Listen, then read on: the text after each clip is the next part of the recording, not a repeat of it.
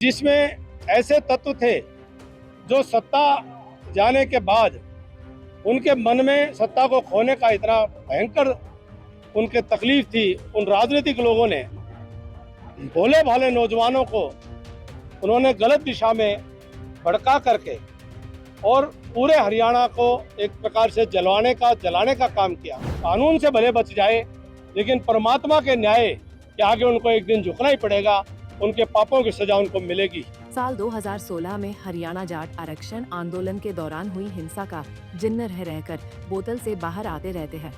इस हिंसक आंदोलन के दौरान बीजेपी के कद्दावर जाट नेता और उस दौरान खट्टर सरकार में वित्त मंत्री रहे कैप्टन अभिमन्यु को भी प्रदर्शनकारियों द्वारा निशाना बनाया गया था। रविवार को पलवल की जाट धर्मशाला में आयोजित भाईचारा स्नेह मिलन समारोह में शामिल होने पहुंचे अभिमन्यु ने इशारों में पूर्व मुख्यमंत्री भूपेंद्र सिंह हुड्डा पर जाट आरक्षण आंदोलन के दौरान हुई हिंसा के लिए जिम्मेदार ठहराया। उन्होंने कहा कि वह आंदोलन उन लोगों के द्वारा प्रायोजित किया गया था जो सत्ता के हाथ से निकल जाने के कारण बेचैन महसूस कर रहे थे। भाजपा नेता ने कहा कि ऐसे षड्यंत्रकारी भले कानून के डंडे से तो बच गए, लेकिन परमात्मा उन्हें उनके पापों की सजा जरूर देगा। कैप्टन साहब 2016 में जो जाट आरक्षण हिंसा हुई उसके लेकर के तमाम चर्चाएं यहाँ चली, आपने उन आरोपियों को माफ किया, क्या कहना चाहोगे उसके बारे में?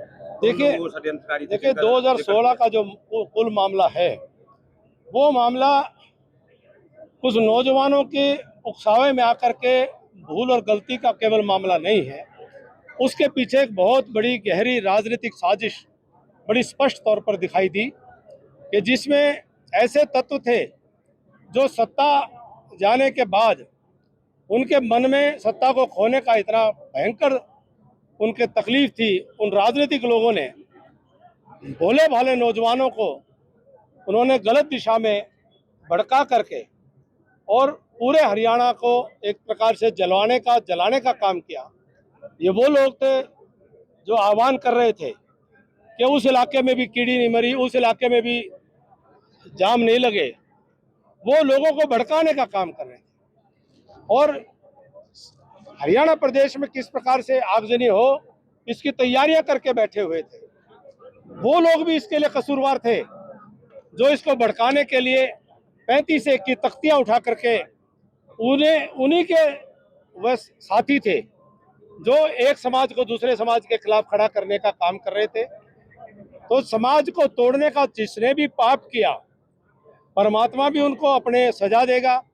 लेकिन जो केवल उकसावे में आकर के भीड़ का हिस्सा बने थे, तो मैं ये मानता हूं कि असली दोष तो षड्यंत्रकारियों का था और षड्यंत्रकारी कानून से भले बच जाए, लेकिन परमात्मा के न्याय के आगे उनको एक दिन झुकना ही पड़ेगा।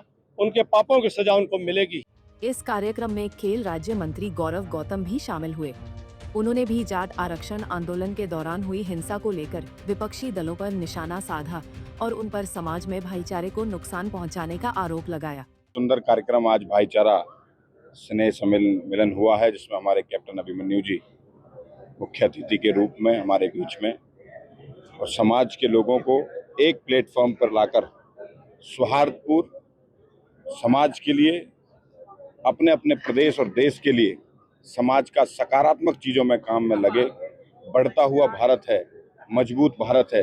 कुछ लोग इस समाज को लड़ा कर तोड़ना चाहते हैं। उनके मंसूबों पर पानी फिरता हुआ अब दिखाई दे रहा है। समाज के लोग जागरूक हो चुके हैं, समाज के लोग इस बात को समझ चुके हैं। उनके ना बहकावे में आने वाले हैं, ना उनकी जो नीति है उस पर चलने वाले हैं।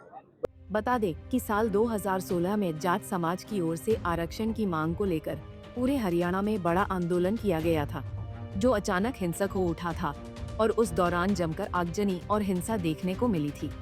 सत्तारूढ़ बीजेपी जहां इसके पीछे विपक्ष को जिम्मेदारी ठहराती रही है, वहीं विपक्षी दल इसके लिए भाजपा को कसूरवार बताते हैं। पलवल से दिनेश कुमार, पंजाब केसरी टीवी। हमसे जुड़े रहने के लिए हमारे YouTube चैनल को सब्सक्राइब करें और नई वीडियो की नोटिफिकेशन के लिए बेल आइकॉन को दबाएं। अगर आप ये वीडियो Facebook पर देख रहे हैं तो लाइक जरूर करें और ज्यादा से ज्यादा शेयर करें। धन्यवाद।